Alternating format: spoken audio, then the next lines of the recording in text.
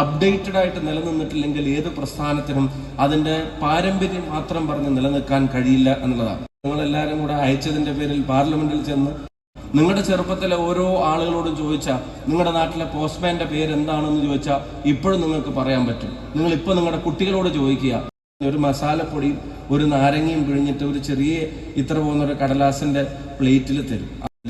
Banking ഇടപാടുകളും അതുപോലെ തന്നെ സാമ്പത്തിക ഇടപാടുകളിലൊക്കെ ഉണ്ടായ മാറ്റം, കണ്ണു തുറക്കുന്ന വേഗത്തിലുണ്ടായ മാറ്റങ്ങൾ നമുക്ക് ചിന്തിക്കാൻ കഴിയാത്തതാണ്.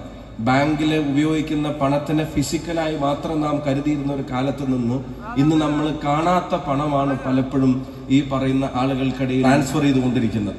നമ്മൾ പണം കാണുന്നില്ല.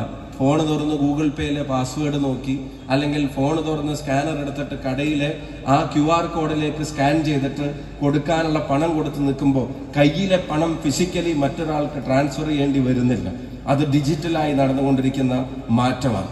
ആ ഡിജിറ്റൽ മാറ്റങ്ങൾ ഉൾപ്പെടെ ഉൾക്കൊള്ളാൻ നമ്മുടെ സഹകരണ സ്ഥാപനങ്ങൾക്ക് കഴിഞ്ഞത് കൊണ്ടാണ് നമുക്ക് ഇത്രയെങ്കിലും പിടിച്ചു നിൽക്കാൻ സാധിക്കുന്നത്. നമുക്കറിയാം, ആളുകൾ കൺവീനിയൻസിന്റെ പുറകിലാണ്. എത്രയും പെട്ടെന്ന് കാര്യങ്ങൾ നടത്തണം. ഞാൻ കഴിഞ്ഞ ദിവസം ഡൽഹിയിൽ ചെന്ന് പാർലമെന്റിലേക്ക് നിങ്ങളെല്ലാവരും കൂടെ അയച്ചതിന്റെ പേരിൽ പാർലമെന്റിൽ ചെന്ന് പുറത്തിറങ്ങി. ഞാൻ അവിടെ സഭാ സമ്മേളനം കഴിഞ്ഞ് പുറത്തിറങ്ങി.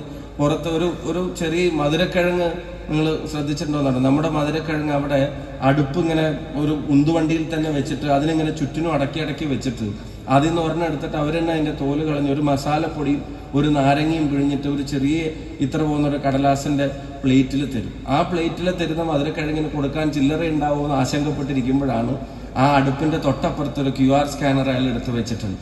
ഒരു റോഡ് സൈഡിൽ ഒരു തട്ടുകട എന്ന് പോലും വിളിക്കാൻ കഴിയാത്തൊരു സ്ഥലത്ത് പുള്ളി ഇത് കഴിഞ്ഞതും പൈസ പറഞ്ഞിട്ട് എന്റെ പോക്കറ്റിലോ പൈസ വാങ്ങാനോ അല്ല, കഴിഞ്ഞതും ഇത് നേരെ എടുത്ത് കാണിക്കുക. അദ്ദേഹത്തിനും അറിയാം പൈസ അങ്ങനെയാണ് ട്രാൻസ്ഫർ ചെയ്തത്. അപ്പൊ അതുപോലത്തെ മാറ്റം എല്ലാ മേഖലയിലും ഈ പറയുന്ന ഡിജിറ്റൽ രംഗത്ത് ഉണ്ടായിക്കൊണ്ടിരിക്കുമ്പോൾ